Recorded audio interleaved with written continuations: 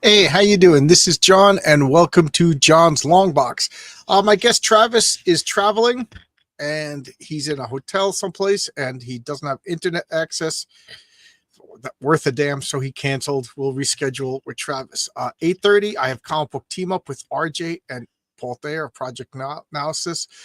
So I didn't want to not go live since I had something scheduled. I didn't know if anybody was going to be hanging out. I don't know if people got the message or did not get the message. So I figured I'd go live, and I figured I would also uh, oh, there we go. Get rid of that right now since it's just me. And I figured I would also throw out a link if anybody wants to talk. So I figured I'll just what you're reading. I'll turn this into a what you're reading. I have a small stack because I haven't been. I got into a bad habit of not reading a lot of comics since fulfillment, and this time of year, I, and then after being off work for 4 months, I'm just so tired when I come home. I can't focus my eyes to read as much. So I haven't been reading. I for the longest time I've been on a strict schedule to read 5 comic books a day because I gotta get through my stack of unread comics. But I'll be lucky if I'm reading one a day these days. But anyway, here's my stack of comics that I read since the last time I did a what you're reading. As always, Heroic Tales #1. It's getting really good reviews. One bad review, but the bad review I think is fair. I can't complain about it. It's just it didn't meet what she thought it was. But is that really fair? I didn't tell her that it was something else, but whatever. But I did agree with a couple of things she said, so I can't really complain. But anyway, a lot of people are really, really liking it. Issue #2 is chugging along. Probably going to launch the campaign in January. I'm updating my Fund My Comic site as we speak. It's being updated as we speak to include T-shirts and other merch and stuff like that. So even if you back the comic, if you're interested, there'll be other stuff for you to check out. Bundle deals for because I printed up a lot, so because I want to have extra in case people who missed out on #1, #2 if they want to catch up. Hey, Praetor #7. How you doing? This is an open invite stream because I'm supposed to have a guest, but my guest couldn't make it. So I'm just going to ramble and ramble about comic books until either my stack runs out or whatever.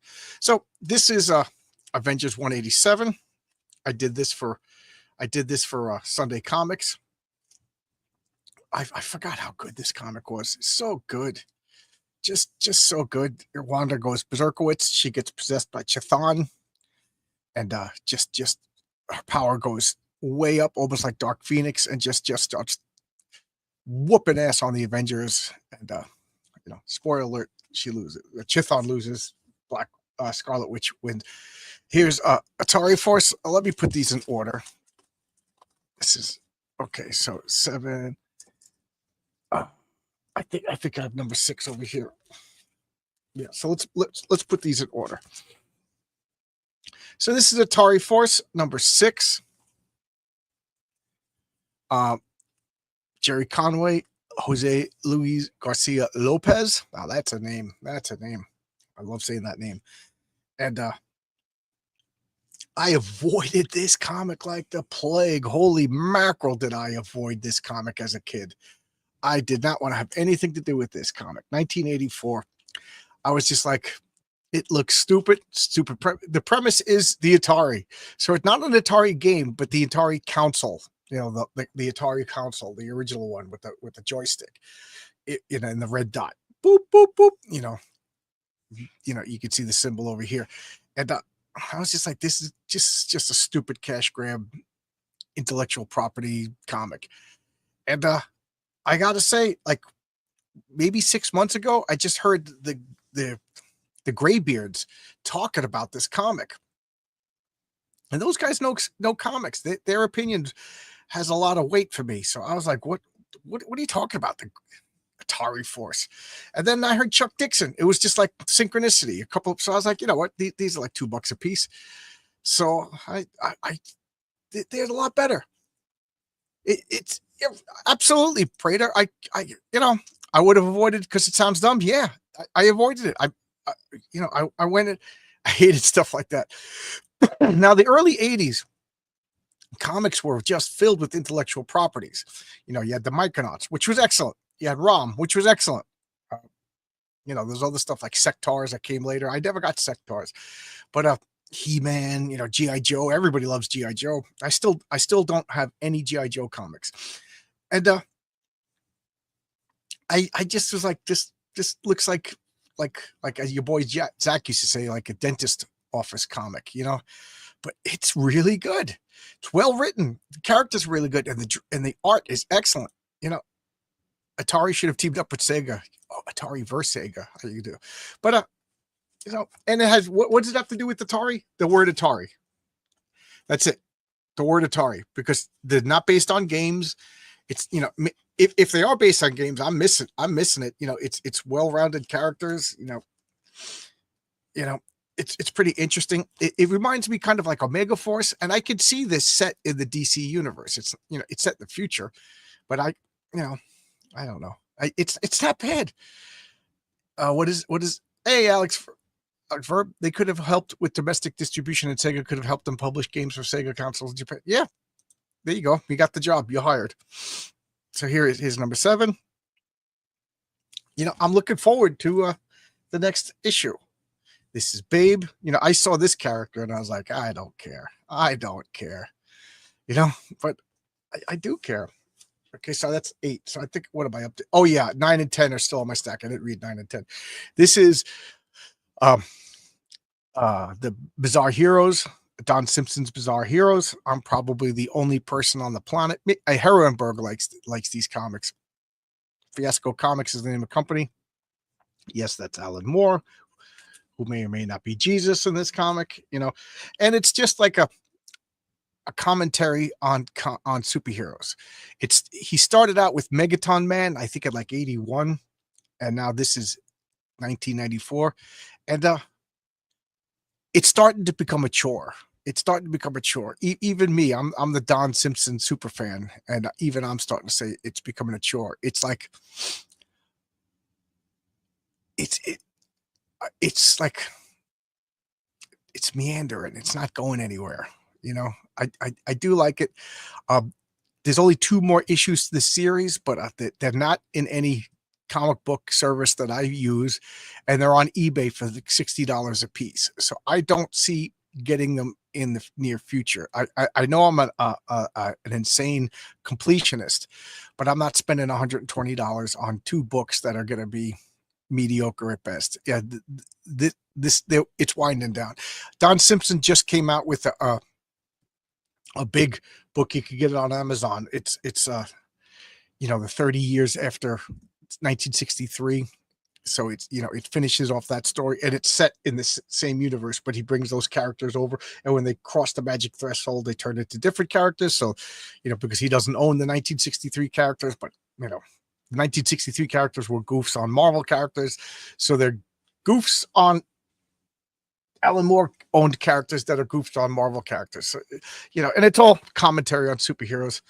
I don't know. I like it. I sounds like I'm pooping on it, but I like it. But if you do get it, the art is good, but it's kind of like, come on, get your story going. Get your story going. Get focused to get your story going. Now here's Dime Store Detective by John Dexter. I'm trying to make funny comment over here by Alex. No Space Invaders comic? What's with the Space Invaders? Yeah,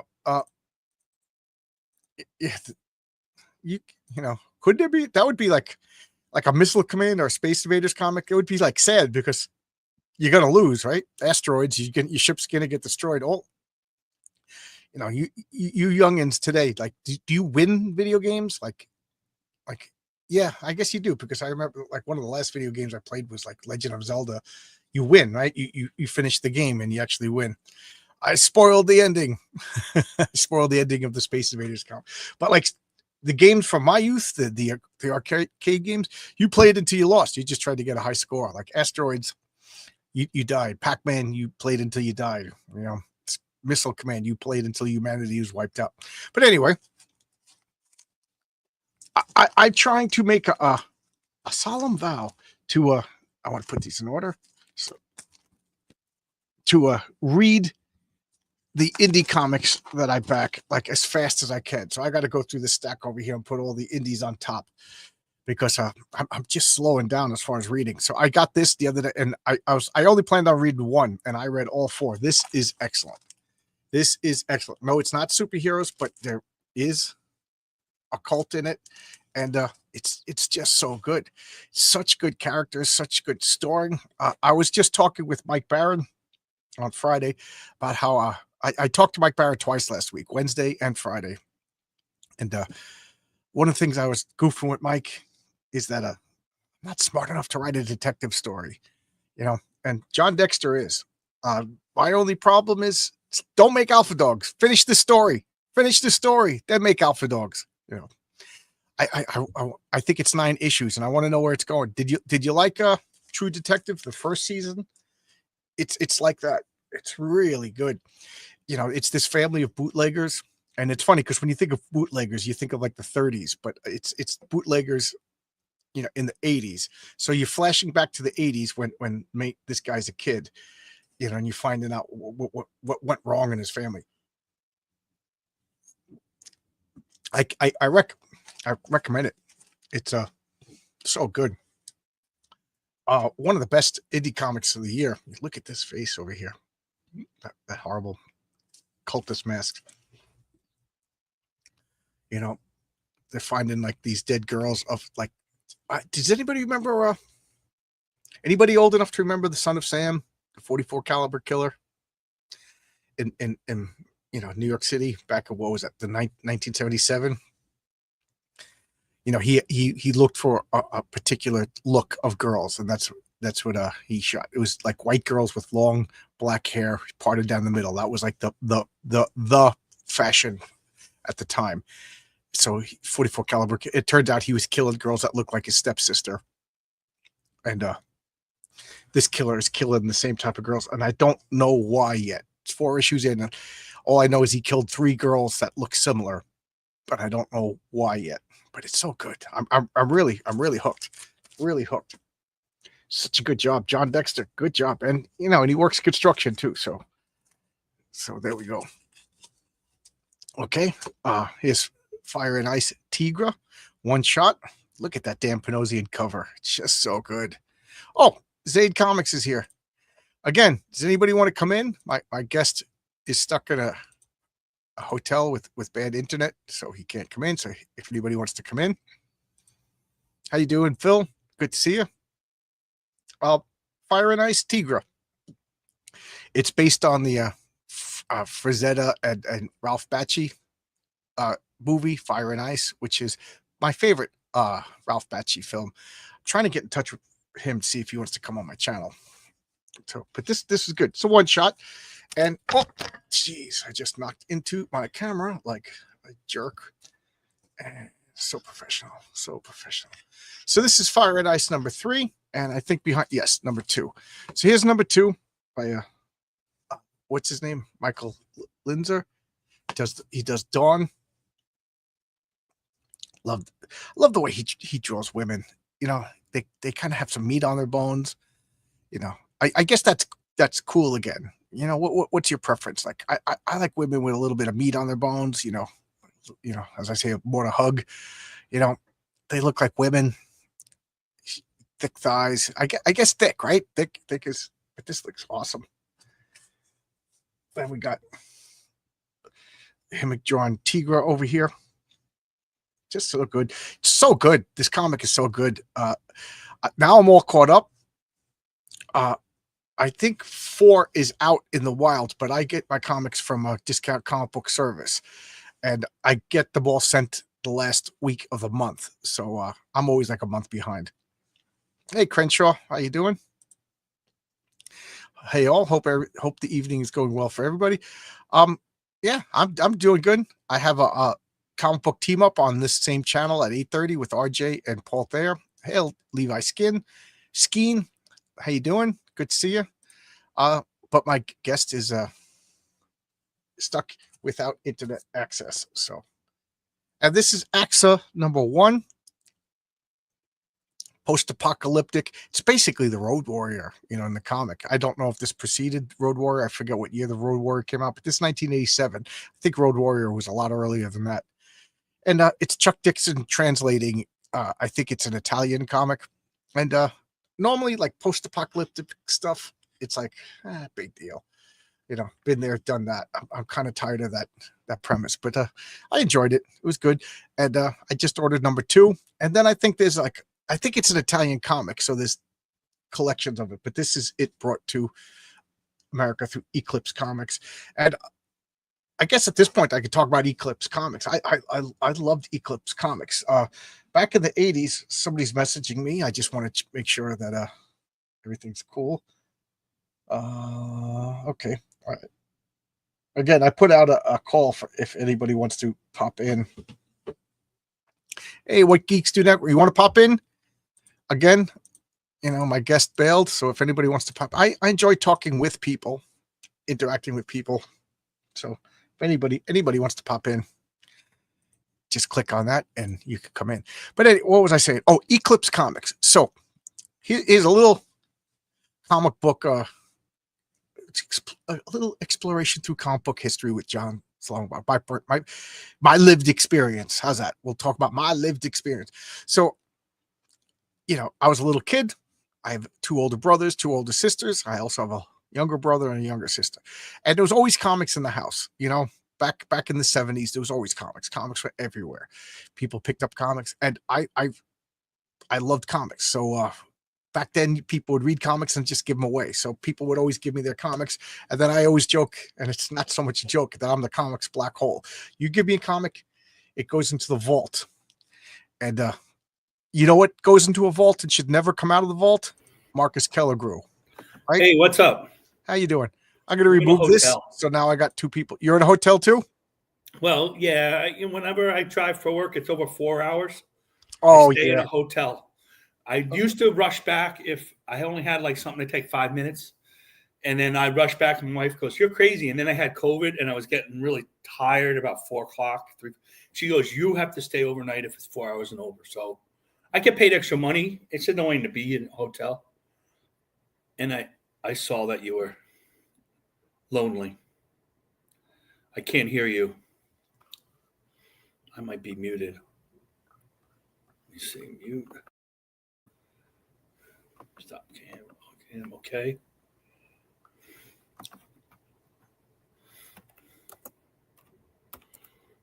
Let's see. Where's my...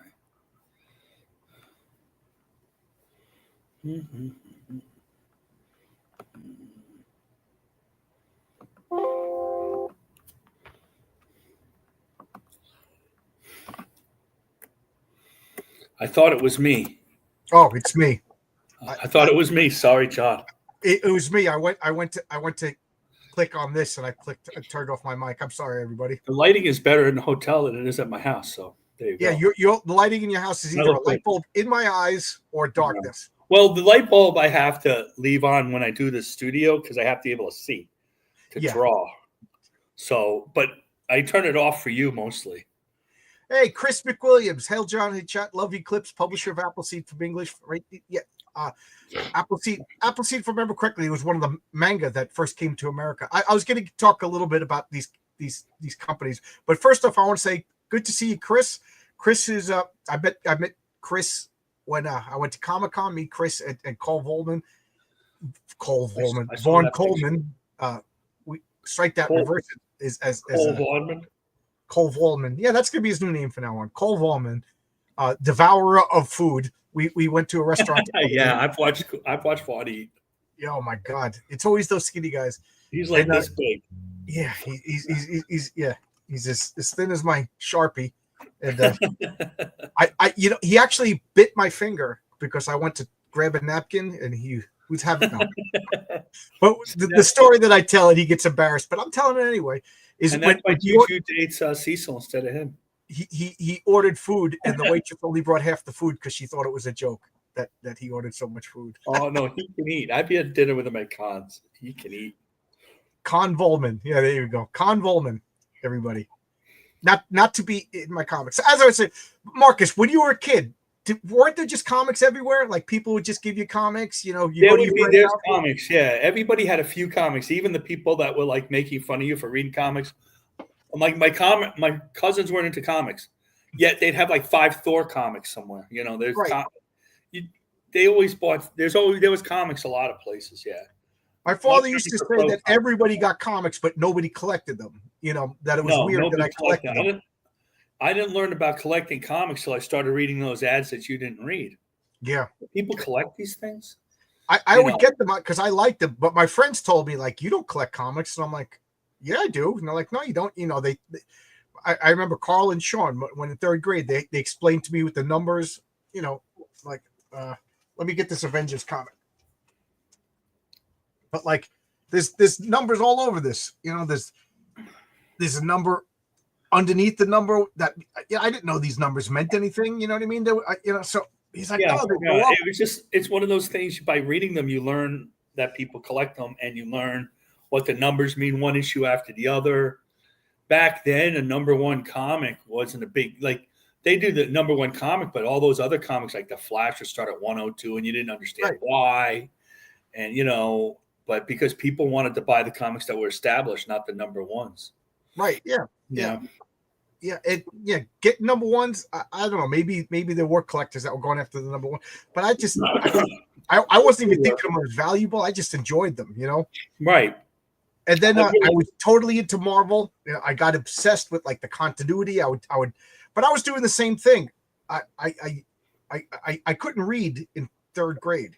At the beginning of 3rd grade, I just couldn't read, and then I got into comics, and because I wanted to read instead of like a chore that I was assigned to, I made myself learn to read, and then we would buy any of the comics. I had all sorts of DC Super Spectaculars. I ended up only buying Marvels when it was up to me, but we'd buy anything. And the story was that my grandmother, my mother's mother and father, would not let them have comics. They were too highbrow. They read the New York Times after all. But she'd go to her uncle's house, and I don't know, I can't ask my mom about this, and then he would have Captain Marvel, like the real Captain Marvel, torn off. He'd have, with the covers off. Like, this is like in the 50s. And she loved them. And my mother was kind of like, I'm going to do whatever my mother didn't do. And if we went to the store, me and my brother, and we'd say, oh, we want these, she'd buy the comics. Kind of like as, against her mom. So we ended up really liking comics. And my mother was an artist. And my uncle, so there was an art form. She encouraged us drawing. She encouraged drawing comics, and, as a way into drawing and stuff. So. Yeah, my parents were just happy that I was reading, and my parents that too.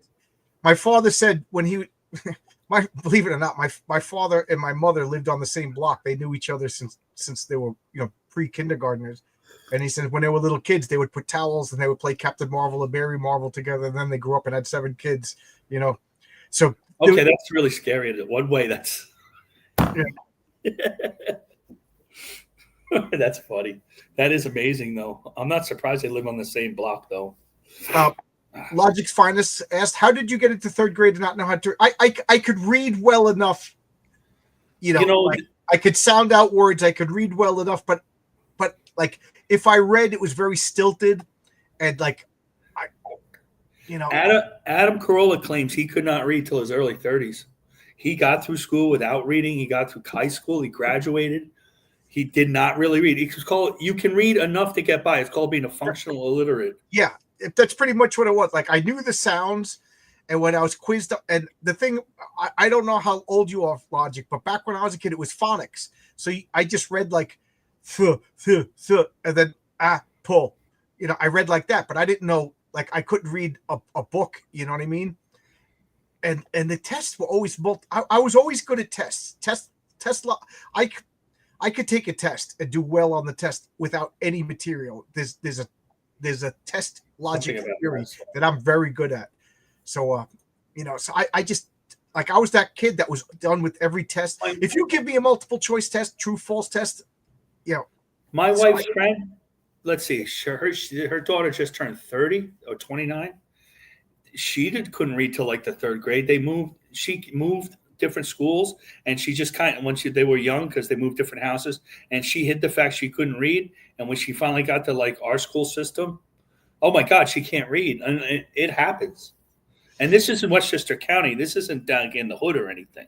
Right. This was Nassau County for me. So I'm in a private Catholic school, and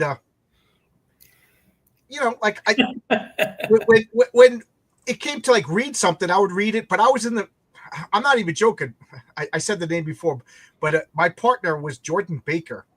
And I remember you telling me. Jordan Baker would we had a bathroom in the classroom.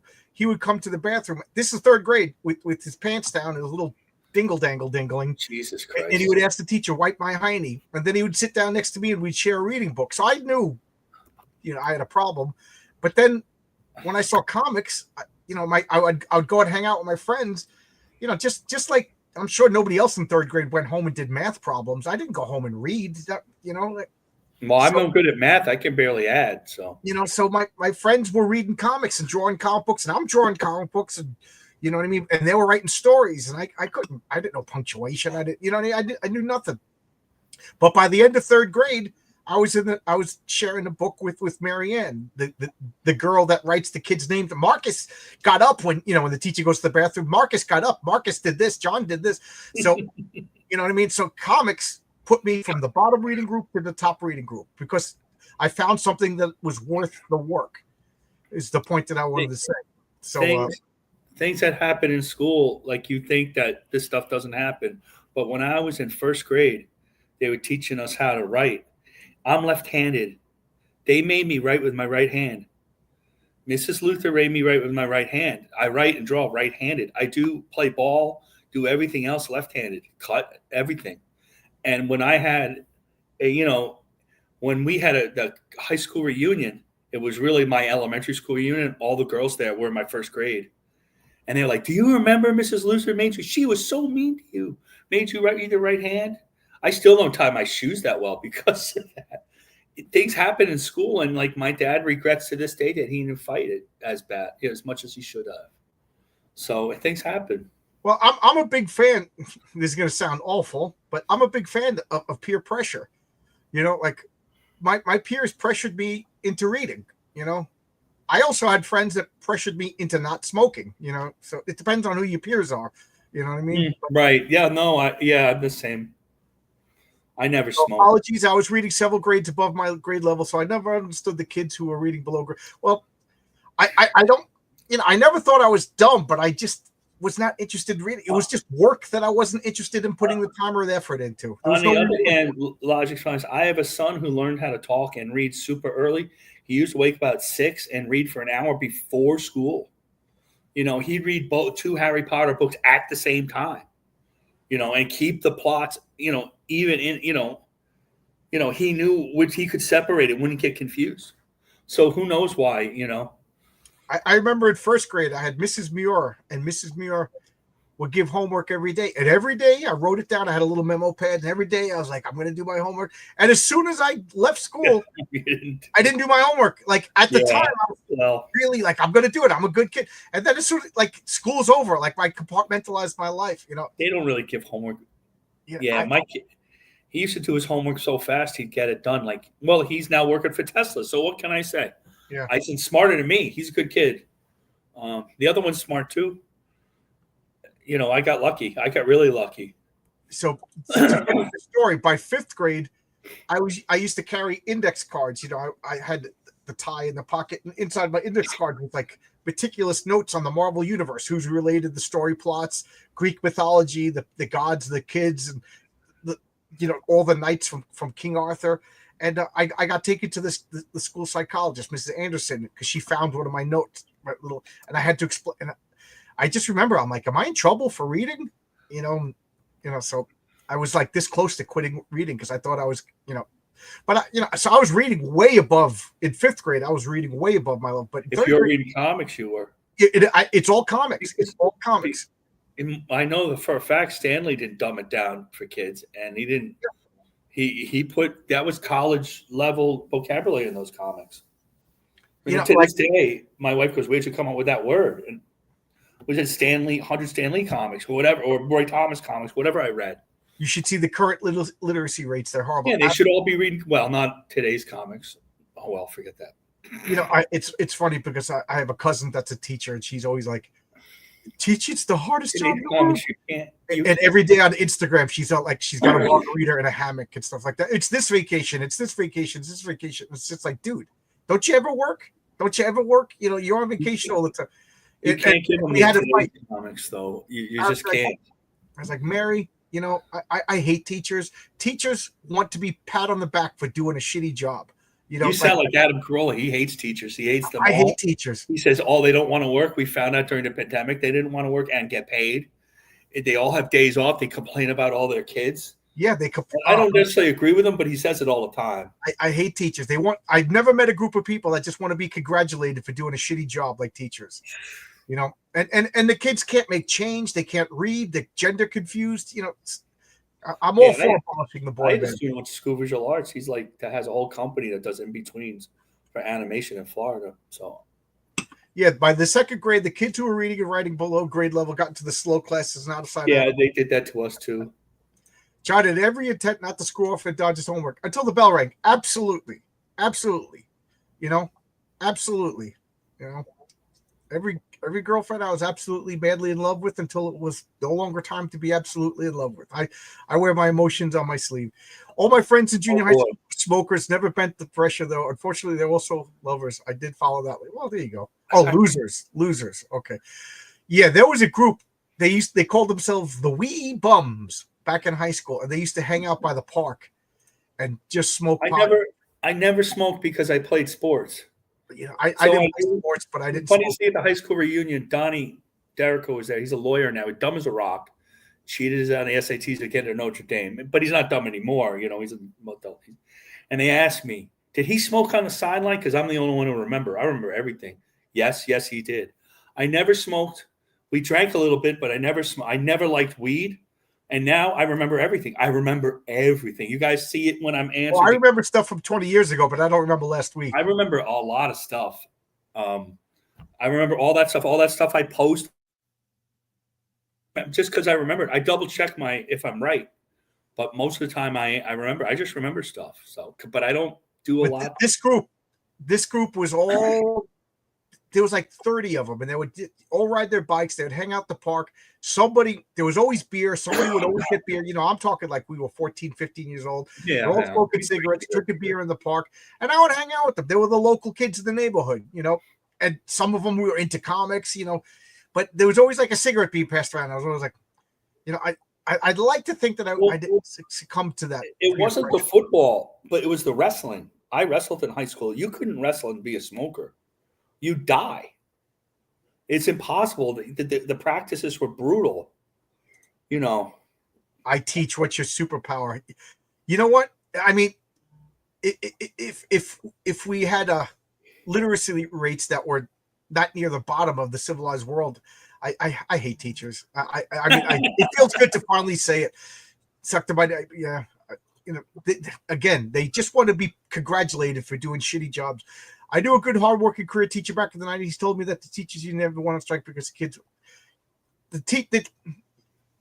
I remember I was a public school teacher, and I just remember I was like, why do we not want vouchers? Like, oh, because it takes money away from us, not because it hurts the kids or anything like that, you know. So there you go.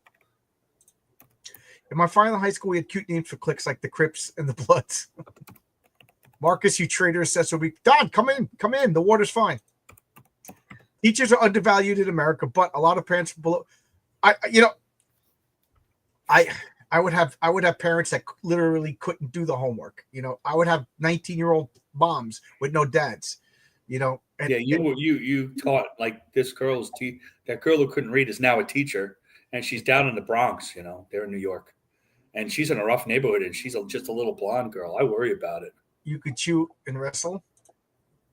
But John needed my. Oh, that's you. Okay, teachers are great at convincing you. Coming, yeah. Well, I don't know. I had the nuts. I didn't have teachers who did that. I'm too old. But anyway, like, so this was all about comics. So I was into Marvel. I would not touch DC Comics. And the example when anybody of your friends are like I like Superman, I like Batman. The Justice League was okay, but I never bought DC Comics. DC Comics kind of showed up at my house. You know, somebody, whatever, giving them away, throwing them away. Hey, kid, you like comics? Take these. But I would always say like elongated man. Like whenever, why don't you like DC Comics? Elongated man. You know, like just, you know, I still don't like. I just related better to the Marvel comics. We had the DC comics because we bought any comic. So in the early 70s, I remember having comics. I remember having some Batman comics, the one with the Neil Adams and the Wolf story, like that great story.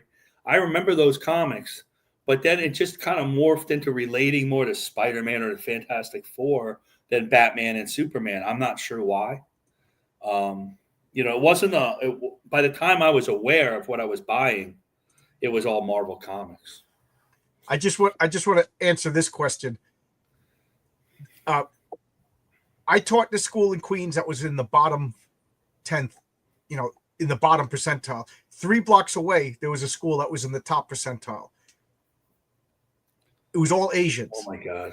It was all Asians. And our teachers would rotate between the two schools. So it was basically the same teachers. And I say this, you show me a bad school, I'll show you bad bad parents. You know, if you get good parents that are active, you'll get a good school. But I want to talk about comics. So, like you said, I just related to Marvel Comics. I like the continuity. I like drawing the lines. I did too. Yeah. Characters, like, it's funny to be a fan of comics for 50 years and not realize until about 3 months ago that my favorite thing about comic books was continuity. I don't know. Well, I'm an artist, so I like the artwork. You know, like I like the Jack Kirby, the John Buscema. I never hated Kirby. A lot of kids hated Kirby, and the best thing that Marvel did was when Kirby left Marvel. Now, I know it's like getting New Gods or anything, was they reprinted all the Fantastic Fours and the event Marvel Triple Action, Marvel Greatest Comics. I ate those up. I loved all those comics. I didn't sit there and say, and my mother used to look at them, and she used to like Don Heck or something, you know, like because he could draw, and Normie. And he could tell a story, you know. God forbid, should we be able to tell a story? Oh my God, did you see that Don put in that we're going to review your comic? I'm going to tear that crap up. No. Bart Coleman has no. Yeah. Yeah. I wanted to address Don. Yeah. Don wants to review my comic with me live, so he can insult me to my face. Yeah, that sounds fun, Don. No, your comic is fun. Yeah. You should be proud of your comic. You completely achieved what you wanted to achieve. Think about it. Yeah, and issue 2 is gonna be really did, because I was nervous. I censored myself. I checked myself. You know what I mean? Issue number 2. I think I'm getting I was just talking to Brian Bow today, and he says it's going to take you 4 issues or so to get you strong. Really, yeah, I believe that. Yeah, I bought a Bruce Wolf and Patsy. Yeah, I agree that. As long as it's better than Vaughn Coleman's comic, Jesus. No. Vaughn Coleman's. I read God Focus. I like this comic. Yes, it's a good book. It's a good book. Did you read Dime Store Detective? I didn't get Dime Store Detective. I have to put it on my list. I have a limited backing. Yeah. You know, as you know, but I did get Vaughn's comic. If I know you, I'm getting your comic, you know, like I kept saying that Punch comic Kickstarter. I know Rich Stanky, the artist. I hang out with him. I might see him this weekend. Oh, I never heard of this comic. Send me a link. I'll check it out. Yeah, I think, I'll put it in I'll find it. So I was getting Keith Champagne writes it, and it's Rich is like us. Keith isn't quite like us, so it's not a CG or whatever that is book, you know. But he's Andy's great friend. He lives here in North Carolina. Yeah, John Dexter. I don't think he's a a big celebrity or anything like. He's a pretty low key guy. He's super talented. He has a tough job in construction. So I'm we have like a bonding thing over there. Oh yeah, I saw. And he has like 4 comics, and he makes no bones about it. He wants to like get movies made. You know, he wants out of construction. I don't blame him. You know, the older I get, the more I totally understand that mentality. So I know it's kind of crapped on, but he's writing like Netflix scripts. But the thing is, the guy could write. I would love Dime Store Detective to be like season 4 of True Detective. It's really, really well written. He's a Loki guy, not a fan of Thor. Who are we talking about? John Dexter? But anyway, comics for me, two realities: before Marvel Reborn and after Marvel Reborn. I never liked Marvel Reborn and mostly left, but Civil War's the nail in the coffin for me. Yeah, Heroes Reborn, right? Not Marvel's Reborn. Yeah, Heroes Reborn. Oh man, I almost rage quit comics altogether because of that. Yeah, I don't like Heroes Reborn. I bought some of that. I was still buying comics. Hello, Katie. At that time, but it was harder and harder to buy comics. Oh, you said he's a low key guy. Right over my head. It was so hard to buy comics when that came out. I used to buy comics on that's the punch link. I could put it in private chat too. Oh, Dime Store Detective. Is it Kickstarter? It's Kickstarter. Market. I'll keep talking. I put it in a private chat. Oh, did you? Okay. Yeah. Yeah, at that time I was still buying comics. I was working at art store, and after college, and it was right before the kids, so I would go on the weekend to a guy. He only was open Saturday, Sunday. He was the grumpiest guy ever. I loved him, and I would have a pull list, but I would buy whatever I wanted to read, and the stuff I didn't read would build up like this. It would be like a birthday present. My wife would go there and buy all the comics that was stuck because I didn't want them all. And Heroes Reborn ended up. I liked Heroes Return, like George Perez. Sean oh yeah, that was good. Those were great. So they started out all right. Avengers wasn't bad. If you go to Kickstarter and look at Alpha Dogs, that's his current campaign. Oh, I know Alpha Dogs. Yeah, that's a good. Marcus, would you please find that? Alpha Dogs, put that in the chat, please. Yeah, sure. Alpha Dogs, and he has all of his back issues. And believe me, Dime Store Detective was so good. I'm gonna back everything. Hey, Katie, how you doing? I saw your review.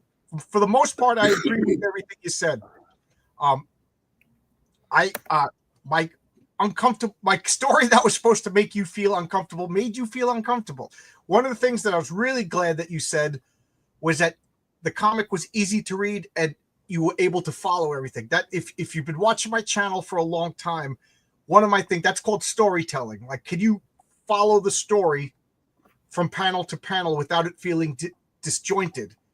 And you said you were able to follow. So to me, that was the best thing ever, was that you were able, this isn't an insult, but you're a newbie to comics, and you were able, because my sister can't read comics. She hates comic books. So I was like really, really trying my best to get the comic to have good storytelling. And again, storytelling is a comic book term, meaning the ability to tell the story without the words. And, and you said you were able to do that. So to me, that was cool. Yeah, I take everything in the most positive way, unless I know that that's really good of you. I saw that, and I didn't know how you're gonna. So many people in this. You know what? In this, she actually read the comic. She actually got the comic, not bought. Like, she understood the comic, but it wasn't to her liking. What do you want me to do? Some part of it was. I mean, people like chocolate. Some people you didn't sell it as an all ages comic. So no, I mean, I could see why Katie would be upset, because I talk about I'm a big fan of all ages comics, and I still say my comic is an all ages comic. Read comics from the Bronze Age. Those Punisher comics had a lot more brutality and suggestive and uncomfortable themes. A lot, especially by the 70s. I completely. Oh my God! And read the Hellfire. Really opened it up. I was going to pull the story because I thought maybe it was a little too uncomfortable for my first issue. But then I remembered, if you read The Hellfire Club by Chris Claremont, they're roofing Jean Grey and passing her around like a sex toy. And then Jean Grey is sexually mutilating captives that they capture. It is brutal, and they're dressed like dominatrixes, and it's all Comics Code Authority. Like, the 70s and 80s, comics didn't treat little kids like little kids. So once the Comics Code Authority, I'm not fighting with Katie. Her feelings are totally her feelings. She's totally justified in her feelings. Having comics been a problem for a long time. It's not just John's problem. I'm glad that she was able to understand the story well. That was my main concern, because I think, like, Image Comics, they're all disjointed and confusing at the beginning, and I hate to say it, but a lot of comics are the same. I'm on this. They're killing me this weekend on the studio. We're going to draw 90s bad girls. I mean, they're not drawing 60s Thor. Like, what do I want to draw? You know, we're 90s always bad. drawing image stuff. I do okay. You gonna draw Zealot? Well, no. What I'm going to do is I might draw White from Black and White because I was Okay. talking art. I'm not familiar with that. I got art. issue 2 and I missed issue 1. And I can't read issue 2 until I get issue 1. Well, he has it in his chart.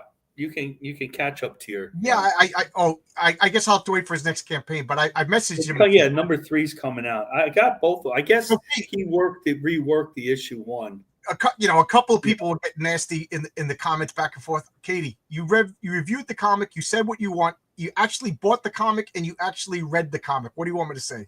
I'm. Art was in. You were there when Art was in our chat on our show, the studio, and we're showing him. I'm showing artwork, and RT Bear's looking at my artwork. I'm like, and I'm drawing like Gunslinger Swan. I would not be drawing any Spawn like ever, right? And I'm like, I'm a little nervous, and he's like, "Hey, White was a '90s chick. You could do White. You could do White. If you do White, send it to me." I'm like, "Okay." I'll do I want to address. Well, first off, great art and bad writing and such, absolutely. But I want to address this. Punisher wasn't exactly pitched as an all ages comic. Yes, but it didn't have a sign that it wasn't. It was approved by the Comics Code Authority. The Punisher magazine that was black and white that was sold next to Hustler. That was not. But if it was sold with the Comics Code Authority, it was an all ages comic. Now, there's a difference between kiddie comics like the Star line, and I was going to say Epic, but Epic was the exact opposite of kiddie comics. But there was Star Comics that Marvel played with, Harvey Comics, Archie Comics. Those were kid comics. And I'm a big fan of kid comics too, but I don't want to write kid comics. Oscar, my colorist, wants to do a kid comics called Fanboy. And I said, that's the kind of thing I don't think would do good in this format. I worry about a lot of stuff not doing well in this format. I worry about, like, I would talk, you did the Adventures of Captain Courage. Why don't you crowdfund it? Well, one, I have to get my partner into it. I have to do it with him. I can't do it without him. You took too much. I can't imagine, and I would be do an artist. I can't imagine doing all that. Two, I don't know how much everybody would like it. I mean, would it be a big thing? I draw it a straight Marvel DC type of comic, and then he writes it kind of like Batman 66. Marcus, that's when you do 5 pages, a cover, and a pitch, and put it like a traditional. I have covered. I have stuff already. You know what I mean? And if people like it, back it, then you Then you do like a real crowdfund. Me, I'm a weirdo who does the whole comic first. You're not the only one. Well, see, that's the other thing. Superheroes, even what you did, I'm not convinced that this part of indie comics likes it, and beyond bigger than CG, just what we're doing at crowdfunding. Even outside of it, you don't see that many. I mean, Joe Simon's grandson did it. He didn't make a ton of money doing all those. I want to address what Katie said. Your input on that is something I'm interested. I know you would help now. I don't quite understand what you're asking. Nothing snarky. I just quite don't understand. Could you rephrase this better? And she's asking, so is the second part of the first story, or is it separate? Everything in Heroic Tales is in the same universe. It's part of your world. The Patriarch story is set current day, 2024. It actually has the date, Father's Day. I forget, was it June 16th, 2024? And then the Unheroic Tales, the secret origin of Lucas. I can't even remember my own character's name now. Lucas Kane, who goes by the name of the. He always wears the same suit. That was set in 2000. So he's a young whippersnapper getting his first job in politics. He's going to show up as 22 years later with graying hairs and everything like that in issue 2. The card. We had the card. There's 3 main bad guys. There's a bad politician. I hate politicians, so that's why Lucius Kane's story is involves Satan and the devil, because I hate politicians, and children, all of this adrenochrome stuff. You know what I mean? That's to me, I hate politicians. The bad industrialist, which is another comic book trope. He's the main bad guy in the Mary Sue story, the backup. And then there's going to be the bad general. There's going to be a bad religious figure. I got all of the tropes covered. Mm-hmm. It's just standard bad guy stuff. So yes, pretty much all of my comics are going to be interrelated. Some of them are going to be more obvious than the others. Like Eddie is Doomed the character Eddie exists in 1986 in the same world as Heroic Tales, but the comics he reads are the comics that the Patriarch's children would read. Because I'm a lunatic and I have to cross my T's and dot my I's. What she's asking for? Come on, we'll talk. Again, I'm not offended or upset or hurt by your honest critique. Great comic artists make for bad writers. Not always. But for John Byrne is a great writer as well as a great artist. There are plenty of great books. Terrible writing. Yeah. Who's that bad in the Zorro universe? Who's that bad girl character in the, I don't know. Oh, that one. Yeah, I know who she's talking about. Have you heard of a book called Scarlet Twilight? I heard the name, but I that's all I know. So what I think that Katie was asking for, and I've struggled with this, is what's going to be age appropriate for her son and her kids. Oh, okay. Thank you for bringing that up. Yes. Okay. You got a super chat. Let me get this. I very rarely get super chats. I actually get nervous that people are going to get mad that if I don't read them. Jim Lee's a legend artist, but even he can't write a speeding ticket. His writing is so bad. No argument there. And I'm going to catch hell for saying I'm not a big fan of Jim Lee's non-Marvel work. I think Jim Lee works best when he has like the Marvel house style or Marvel editors like guiding him. Don't come on the studio and say that. Jeez, I know. James would go nuts. Oh my God. So Katie did. I think it would be cool for you to do a show about age-appropriate comics and what parents like we should be looking for. Okay, that's a good suggestion. Let me think about that. That's a good suggestion. I understand her problem because I was going back to buying some comics. My kids like the Hulk, so I was buying that Incredible Hercules. Remember when? Yeah, I like that. Right. But then Hercules is sleeping with Namora, and my kids are like 10. 11. I don't know if I wanted them to read. That was really obvious too. Like they always did it in the past, but it wasn't quite as obvious. Right. This was like right there, and I stopped buying them. That and the fact that it took me forever to buy comics. Yeah. Well, Katie also she did a smart thing. She read the comic before giving it to her kids, which is commendable. Mm-hmm. Back in the wild days of the 80s, we were feral children that bought our own books. But this is my feelings on age appropriate, like the Mighty Mascots. It's obvious it's for children and it's a good book. But again, Oscar, my colorist, wants to do a children's book called Fanboys, and it's a really, really good idea. It's about people who like comics. But are you going to spend $15 for a comic book and then wait 6 months for a comic book for your kids? They're going to grow out of it in 8 months. You know what I mean? So I think true children's comics are best in the newsstand and comic book stores on a monthly basis, or at least on a schedule.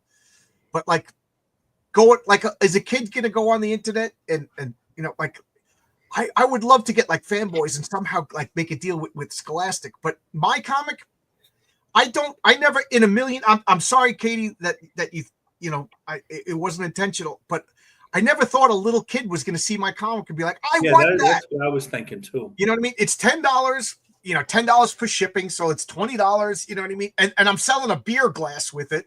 You know what I mean? So I never thought in a million years that like anybody would get their feelings hurt that it wasn't appropriate for your kids. And the funny thing is my friend Paul bought 10 copies. He's my buddy. I was able to just hand it to him. So I didn't, he didn't go through the website or anything like that.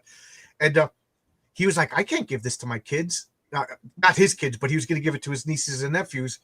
And I thought it was because of the suit backup story. And I'm like, yeah, it's not really for kids. And he was just like, know what got him? That the parents were kissing at the end and she was all scarred. His nephew got scared by that. He thought like something, you know what I mean? Like for some reason that freaked out his nephew. And I'm like, I never would have thought of that in a million years. So I mean, I'm thinking about what people read. What about Dick Tracy in the 30s and 40s? Were brutally violent. That was in the newspaper. Right. Look at Star Wars. I remember they cut that guy's arm off in a bar, and there was blood all over the place. Princess Leia was in the slave outfit. The 70s and 80s were you watch PG movies, and there was nudity. I thought that. Yeah. I thought that. We remember the censorship was coming from they always said the religious right. But the more successful censorship has been the modern left. Well, yeah. Look at the PMRC. We're way more censored than we've ever. Do you remember the PMRC back in the late 80s? That was Al Gore. They were Democrats. Right, but my yeah, personal everybody creative forgot mind is about like that. PG-10. Think Indiana Jones, Pirates of the Caribbean. Yeah, and I think it's important we get our kids into absolutely, 100%, Katie, 100%. I tell the story. I gave, and I think Pete Sametti hates when I tell this story, but I gave Baron Cheese, Baron Rat, and Mr. Cheese the mouse comic Okay, yeah.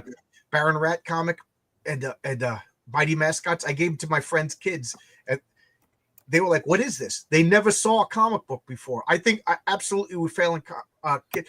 Unfortunately, I don't want to write children's comics, But I will tell you, Katie, next issue is nowhere near as shocking.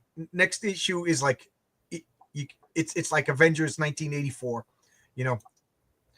Yeah, and you know what? I actually asked Ron Mosicki when I sent them the script, if you want to opt out, you're fine. Because I understood. I didn't want Ron to be a target, So, and I'm glad nobody is targeting Ron. He like you said, he drew what he wanted. He's a father. I asked him if it was inappropriate, and Yeah, I still don't think it would. That would have been in a Marvel comic in the 70s and 80s. I mean, read some of those Mike Plug Werewolf by Nights. They were cannibals, and Okay, gotcha. Ooh, Roland Dahl wrote some amazing books for kids. Yeah.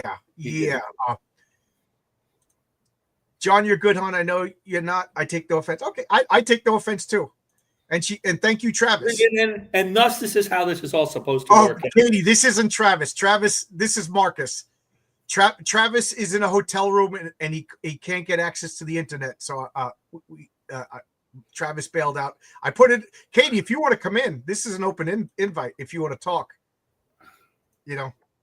again, I'm a mod for Katie too, but she's got 6 hour streams. I can only be. Yeah, I can't do. Katie, how could you be a mom and have 6 hour streams? Jeez, my sister can't even sleep for 6 hours. I don't know how good this internet is, but it looked strong enough to stream to me. Where am I? I'm in the Comfort Inn. No. I went down to post this. If anybody wants to pop in, not just Katie, if anybody wants to pop in,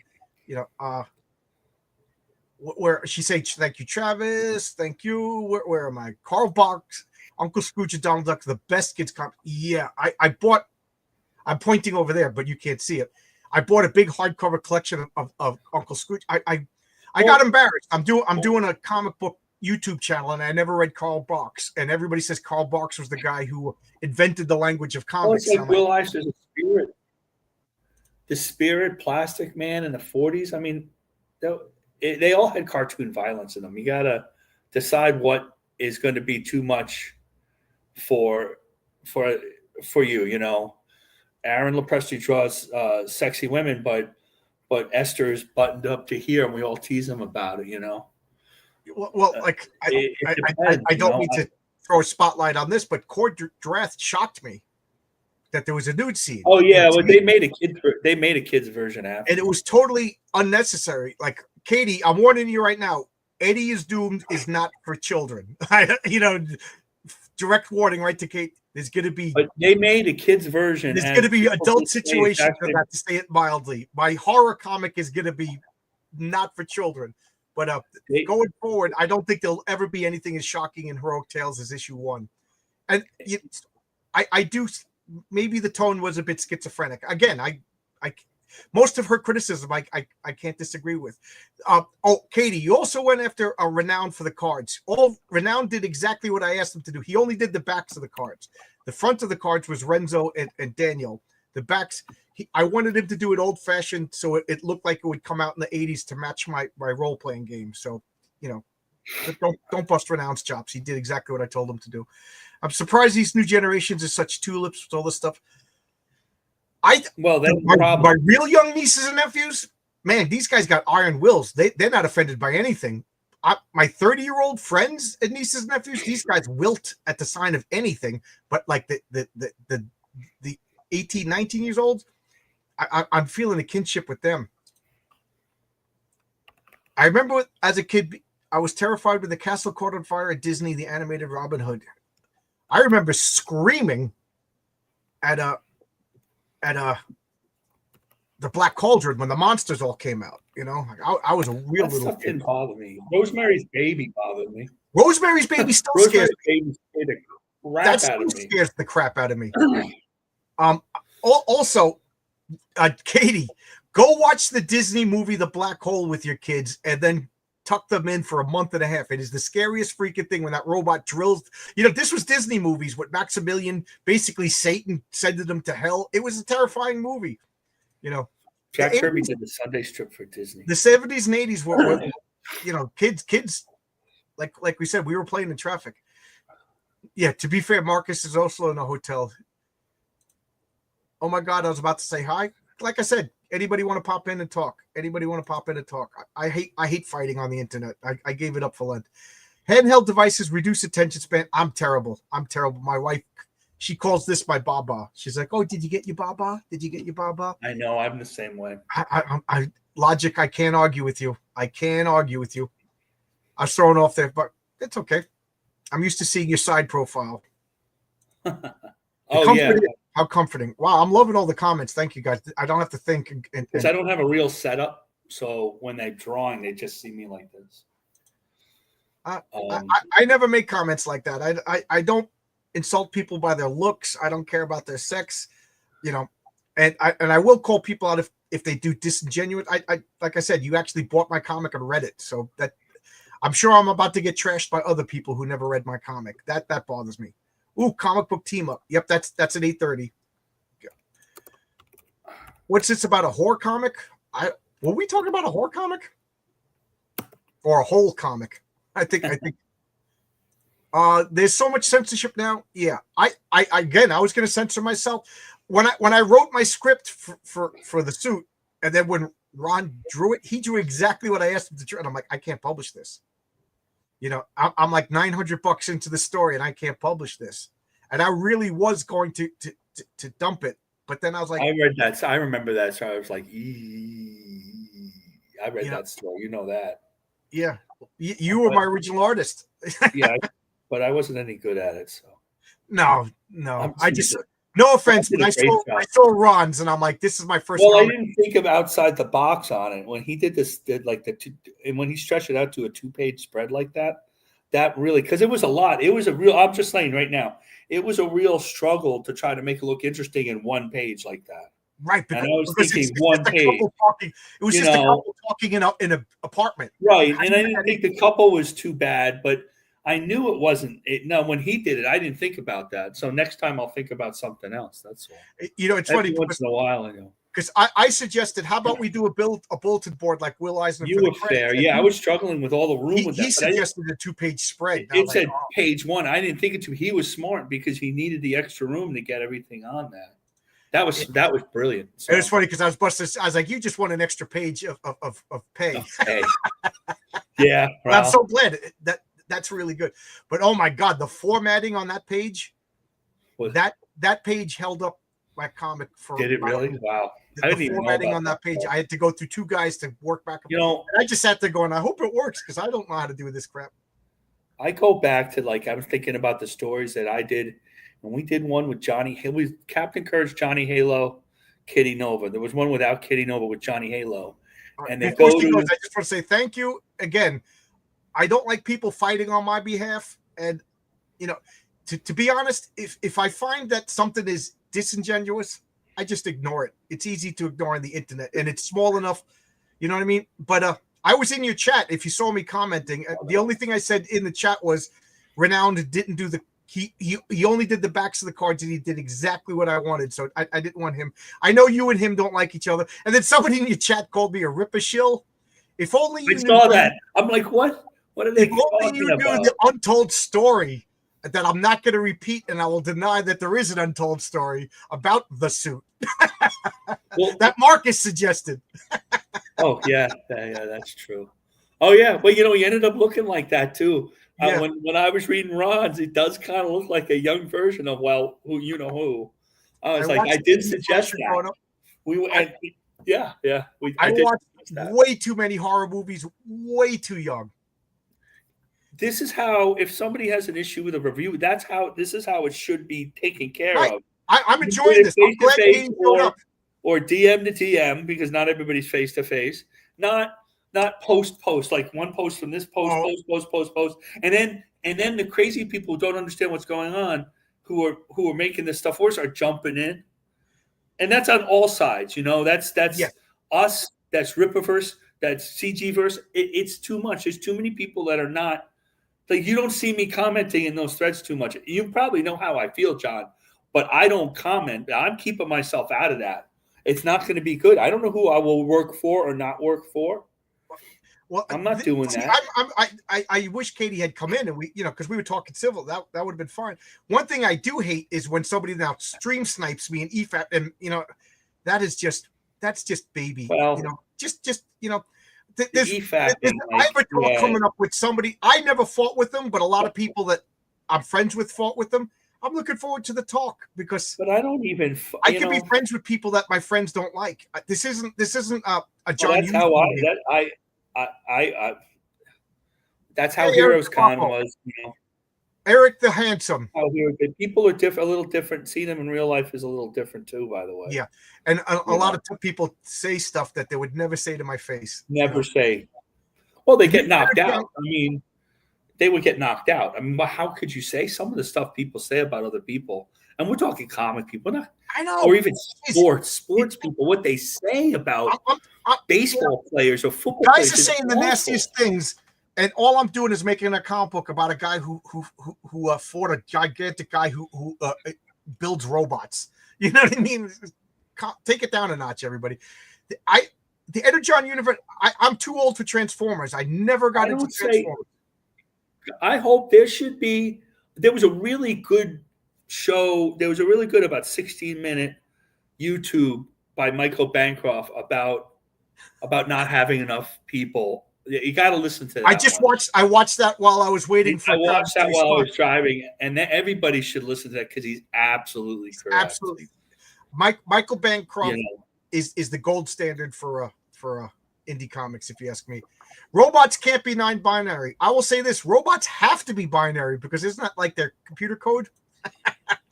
I miss the days of talking comics and no name. Absolutely. People call anyone a rippershill or a rippetard if you say anything positive. I never said anything positive. I didn't like ISOM. You never really said anything negative. You just weren't crazy. I said I didn't like it. You're allowed not to like the comic. Right. And even Renowned, who's a rippershill, and me and him talk about it. He's like, John doesn't like Ripper. You know what I mean? And we get along, I don't agree here. And I don't agree. I'm not crazy like Chuck, and I'm reading this. What's funny is Mike Barron sent me this, so I'm going to read it. Oh no, I put the. Oh yeah, I'd like to know how it's good. How it is. Because I put his biker things on my Christmas list. He fell asleep and missed our talk last week, so he felt bad and he sent me the comic. And my buddy Mike loved Horseman, so I'm going to order the Horseman. It's that vigilante comic that he said it was good. I trust my friend. Yeah, I don't know. It's not. I trust Chuck. I'm not as crazy about Joe's artwork. They always say, I liked his Immortal Hulk. I'd read the Immortal Hulk, and I like the Immortal Hulk. I'm not as crazy for this as I was for that. From what I've seen, but that's fine. I don't see why anybody can. I don't have to be mad about or like I said, talk about it. I just have to like that comic. I mean. Me and Renowned have talked about how I didn't like ISOM 1 and I didn't like ISOM 2. And the thing is, it was $35. I was $70 into comics and I didn't like them. We have to be. So it's just a matter of if they were $5, I'd buy them all. It's just too expensive. Yeah. It's too expensive for the emotions that it generated. Smokey the Conqueror. I know Smokey in real life, by the way. He's a great guy. He's telling me to read what I want and then give the finger to everybody else. But when I saw that the Ripper comics were on sale for $5 each, I'm like, I'll buy the ones that I'm missing for $5. I don't hate them. These selling comics this way, John, is so personal, and this is why. And then the YouTube sphere itself is a fighting sphere. So this is how we got into this. It isn't just. Okay, John Buscema or Stanley's in office, or at home and the comic comes out and you're at the newsstand or in the comic store and you buy the comic, you have no connection with these people. Yeah, I didn't even know what they Stan looked like. writes fun things about them, and we think we know them. And you go to cons. Here, to spend the money. They're selling themselves. And if you don't like that guy, and so it's a little more personal. And I think that's why we get into all this stuff. You know how many times like DG Chichester I only saw what he looked like when his camera went on. I didn't know what Chuck Dixon looked like until he was great on your show. You know, I didn't know what Fabian Nicieza looked like until he was on my channel. I knew what Walt Simonson looked like. You should have Fabian. You should have Fabian on again. He won't come on. He's all right. Oh, John, your book is Fabian should have a show with Jimmy. Are you gonna trash it, Eric? Please don't trash it. Well, do whatever you want. You know, Eric will like as long as it's honest. As long as it's honest. And like I said, I watched Katie's review, and the thing that really made me happy, she trashed it, but she said she understood it and it made sense. And that was, I'm a rookie comic book writer. As long as my comic made sense. If you didn't like it, I can't make you like it. But if it made sense, yeah. Logic's Finest should really go on to see. I like to discuss some of the things he says. You know who I'm scared of? More than just reacting to a chat. But I understand if you don't like to come on. The algorithm encourages engagement positive. Yes. This Friday I'm going to be on with MSK. He's going to review it. He'll be honest, but I don't think he'll be mean if he doesn't like it. I'm assuming he likes it. But I'm scared of Alduxis. He'll be free. The Friday nights. You should be afraid of the Don. I'm sorry? Mama Donna will slap him though. Oh, Mama Donna, yeah. I'll mail her some pancakes. I'll mail her pancakes. But you know what? Duxley on the farm, that guy, he's going to find every typo. He's going to find everything. He's going to shred. Well, I don't care about. I'm not. It's like Mike Partika. Like every comment that's not there, he rips on Dixon. He looks on Barron. He rips on everybody. But it's never like story stuff. It's all like, well, I don't like an overlapping panel. What's going behind that? And I'm like, what are you talking about? Yeah, that's not how you review a comic book. So and like my 3D assets like that. I don't care about that. Like when I see that threads about people, I don't care because I don't they obviously don't know comics. Because Wally Wood said, don't draw what you could trace. Don't trace what you could copy. Then don't. I'm sure. There's stuff I traced. And don't draw don't trace what you could paste up. It's been going on. Jack Kirby did it. Everybody did it. But the thing is, it's got to look interesting. It's got to fit. It's got to be in proper perspective. If you could do all that, cheat all you want. I talk to these guys in person, and like Andy doesn't like when they use a poser. When Poser's a program where they can do Green Lantern, and do the poses. He does not crazy for that. But if you look at a bunch of buildings in like Andy's book or in Graham's book, they're 3D assets. You know how hard it is to draw just buildings like that in perspective? It is a major pain in the neck. Why wouldn't you do something a little easier? You just got to make it fit within the panel. And so it fits, so it is. Do you want the ones that look like crossword puzzles, or do you want something that looks real? It takes a long time to draw that stuff. Do you want a Ford truck that looks like a Ford truck? Do you want somebody drawing it out? You want to take 3 days to draw the truck? Or do you want to be like Jack Kirby and make like a World War II gun? That's a whole other issue. Exactly. I mean, it's not easy. Graham was saying he likes to draw planes, doesn't like to draw tanks. He dropped the tank in and then he drew it over so it looks like his tank. This is how you do it. What do you think you do? I mean, the stuff is there. You can't just sit and paste it and make it look bad and everything looks bland. That's what you can't do. Now everybody's looking for that stuff. I find it disingenuous that somehow Chuck Dixon and Mike are writing great stories except for the books. I read Alpha Core. Alpha Core was okay. It wasn't my favorite, but I didn't read Good Eating yet, so I can't comment until I read it. I do not take anyone serious who complains about 3D assets. Yeah. Oh, I agree with you. Yeah. I just, my eyes glaze over and I nope out of those conversations. I'm just not interested. To me, that's just fighting for the sake of fighting and nitpicking. Like when they saw the 4 fingers and the fingers, see how the fingers are like this? And they had Joe, and it looked like he had 6 fingers. It was a mess, and they said it was AI. Then Ripper showed the pencils. And it is on Joe. It isn't necessarily the inker. He did not define, because he draws a little soft. So what you want to do is define those. If you're sending a page of comics to an inker, you want to define the line so he can see the difference between all these fingers. Right. And the inker couldn't do it, so it all looked like one. It looked like one of them had 6 fingers. That's the only problem. The original drawing is fine. I mean, it's just, again, I don't want to nitpick people's art and stuff. It comes unless it's really bad. I mean, there is bad. I remember Jack Kirby drew Mr. Fantastic with 2 left hands, and But, I remember that. Yeah. And things like that. But like at the same time, you're making lots of money on ISOM comics or Ripper comics, and they're not on a regular schedule. So take the time. Take the time to make it. My question is, why did Alpha Core have 5 inkers, when they could just take an extra month and have 1 inker do it? Yeah, right. A valid criticism would be like, okay, this is a plot hole, or like, you know what I mean? Criticize artwork. You can criticize artwork. I don't worry about the little stuff, but you can criticize. The first, when I read ISOM, I just didn't like it. I didn't know what was going on. I didn't like it. And again, I have no problems with Eric July. I have no problems with the Rippaverse people. I stay out of the fights.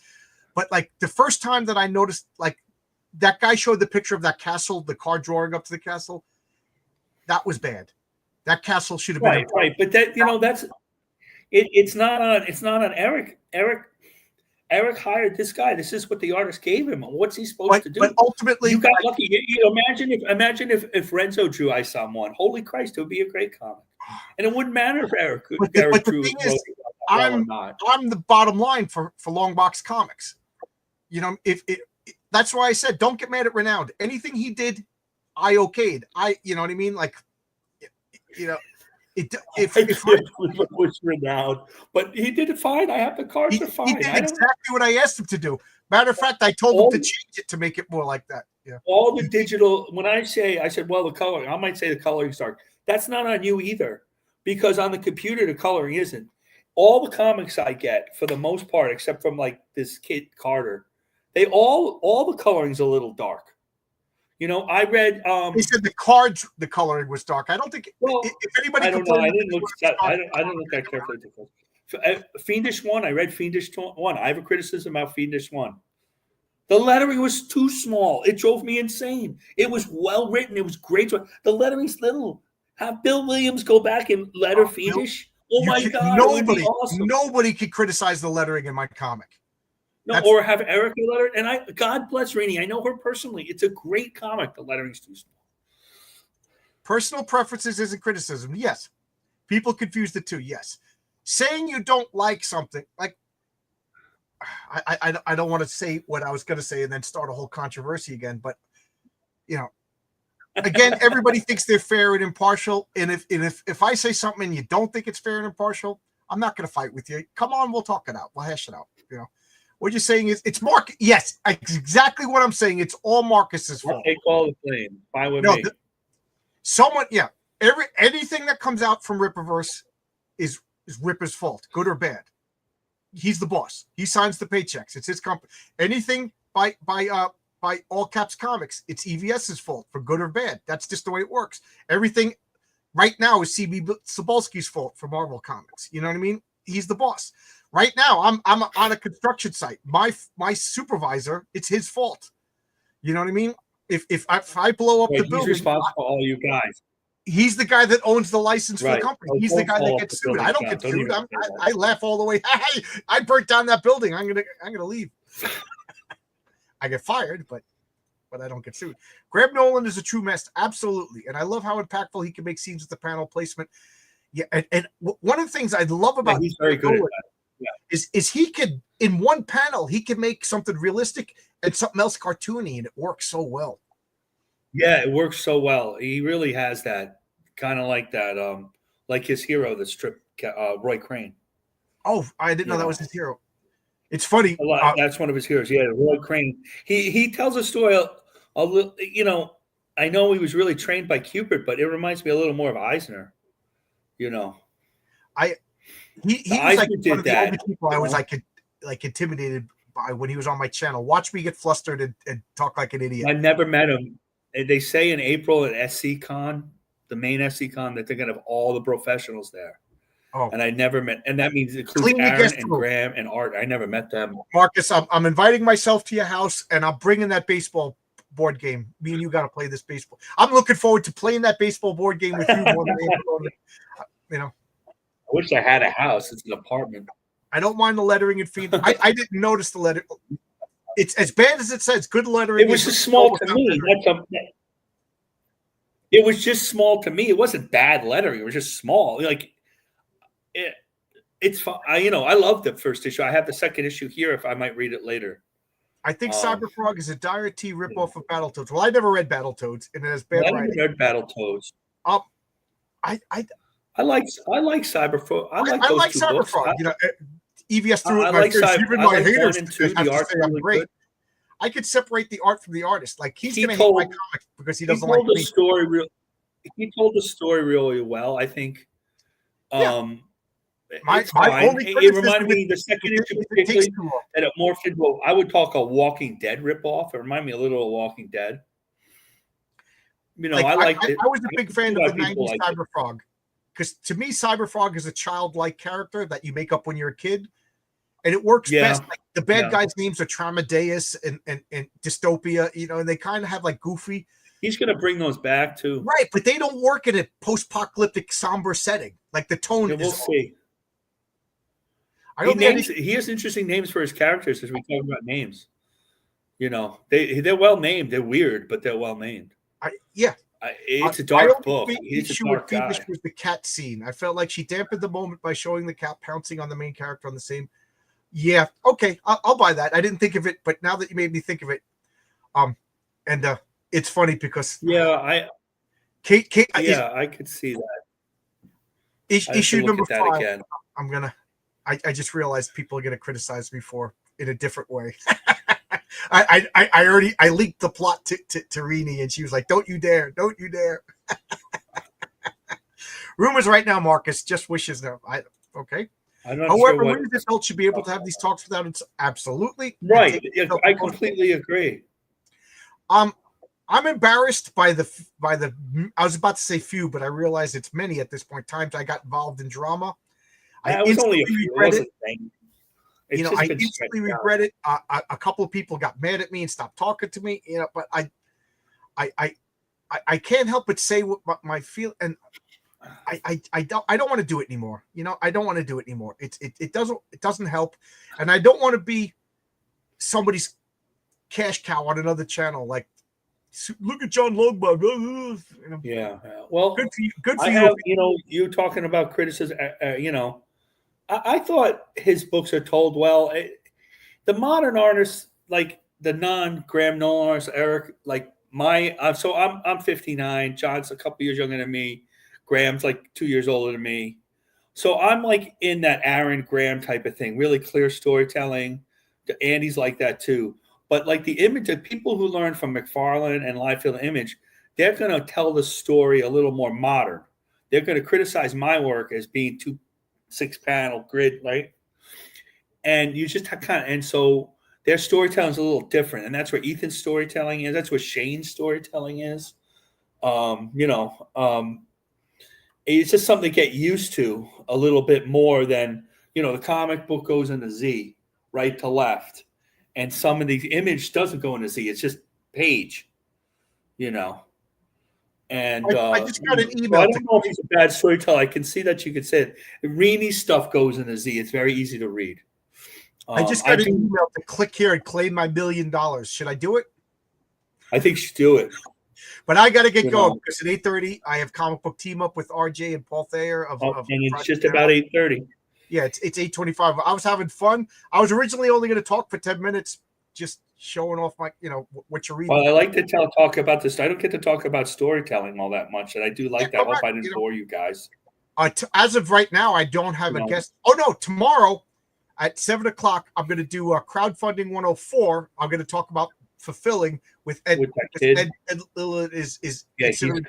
That's good. So I told him we'd do one more when I fulfilled, and so that's tomorrow at 7:00. I personally don't think it's different than it's bad. Absolutely. With no qualifiers, especially to an outside observer. What determined, right? Just like saying what's hot, Knicks.